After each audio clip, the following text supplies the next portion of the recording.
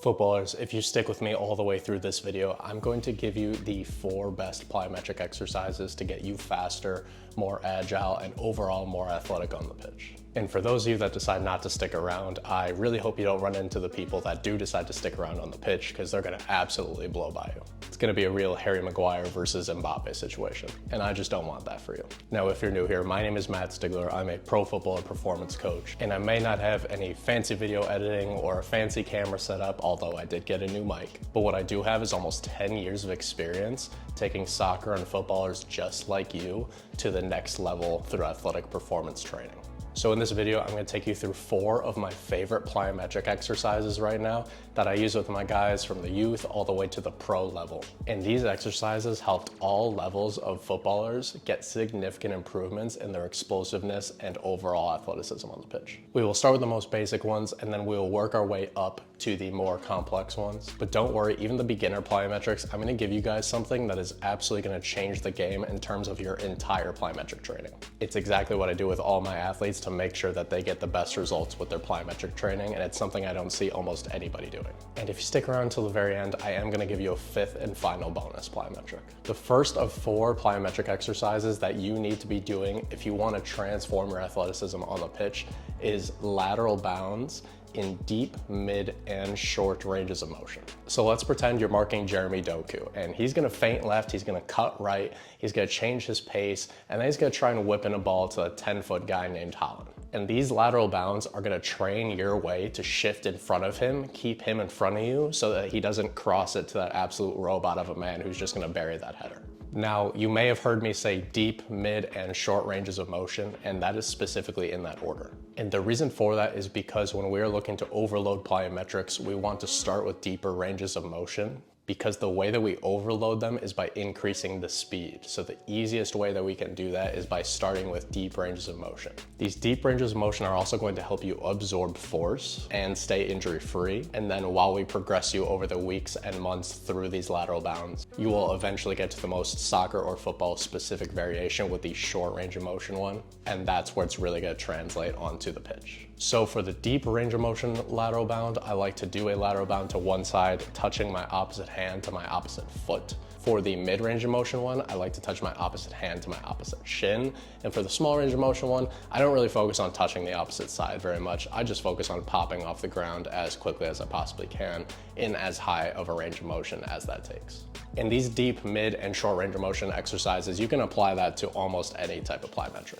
A little pro tip for you. The second plyometric exercise that all footballers need to be doing if they want to be as athletic as possible on the pitch is going to be broad jump redirects, starting with 45 degrees, then going 90, 135, and 180. Now, the reason that broad jump redirects are so important is because I've talked a million times over about redirecting force on the pitch.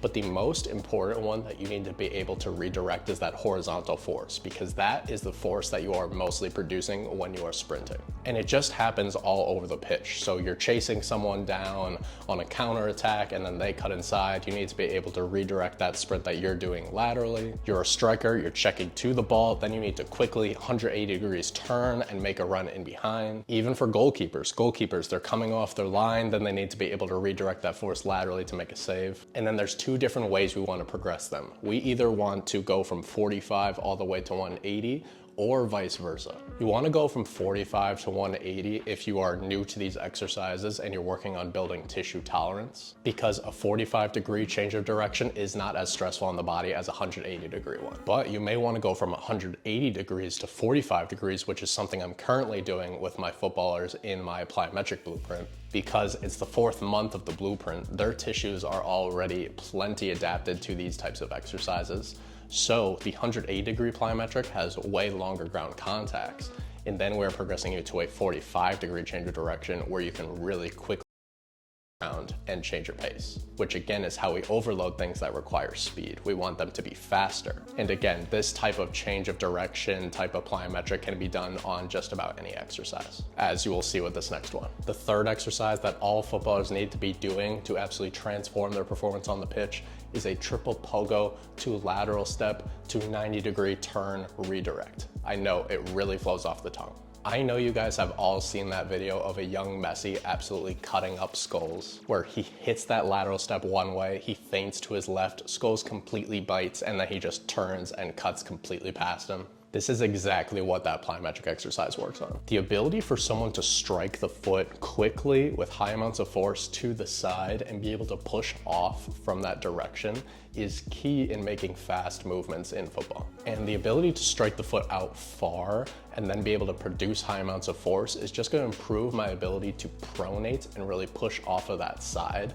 And that's exactly what Messi was able to do during that cut around Scholes. And if you watch Jadon Sancho this past week, he was doing a bunch of that too. When he's actually on and when he's really trying, he's incredibly shifty and he's really good at just striking that foot to the side and then redirecting his force. So this exercise works on one, striking that foot out to the side and then getting some rotation and redirecting that force in another direction. I would probably start this one with a forward-backward variation first, then going into this one, and then I would go into a triple ankle pogo to forward step to a complete 180-degree redirect. Because again, these different degrees of turns just stress the body differently. The fourth exercise that you need to be doing as a footballer if you want to make it to the highest level is tuck jump variations. And this is actually the reason that Kylian Mbappe is so fast. No, I'm not saying that tuck jumps made Kylian Mbappe as fast as he is. But plyometric exercises are really meant to improve our body's ability in reacting to the ground. So when our foot hits the ground, we want to train our body to pop off the ground as quickly as we possibly can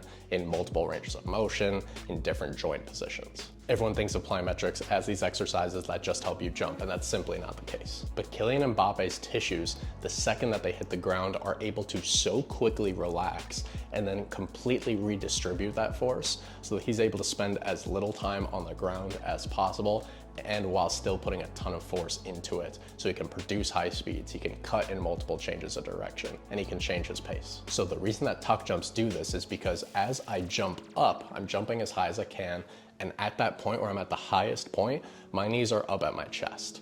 So then, as I am already falling down, my knee is actually extending and my hip is extending so that my foot is actually traveling towards the ground as well. It's overloading that longer ground contact position. So by working on tuck jumps, where we're working on hitting the ground with that foot and popping off really quickly, we're improving our body's ability to react to the ground, and we are overloading that position. So you can really take all these different rules in these different plyometrics that make them such good exercises, from the range of motion to the changes of direction to the actual ability to overload that foot hitting the ground, and you can apply them to almost any single plyometric exercise. Now, before we get into our fifth bonus plyometric, please do me a favor, and if you got anything out of this video, make sure to like it, make sure to subscribe, because the more good feedback that I get from these videos, the more I'm gonna be able to pump them out for you, and the more I can help you improve on the pitch. Now, for number 5, and it's one of my personal favorites, it is going to be a jumping lunge switch with pulse. And the reason that this one is so good is because this overloads your body's ability to relax. And they always say the best athletes in any type of sport are the athletes who have the ability to relax the quickest, not just the strongest athletes. This is the exact reason that you could take a super stiff bodybuilder and stick him out on the football pitch and he'll be able to kick a ball like 15 yards and he'll be slow as hell. They have no ability to relax because that's not what their sport requires. So every single athlete that you see in the Premier League, in the Bundesliga, in La Liga, they are explosive and they are athletic because of their ability to relax their muscles quickly.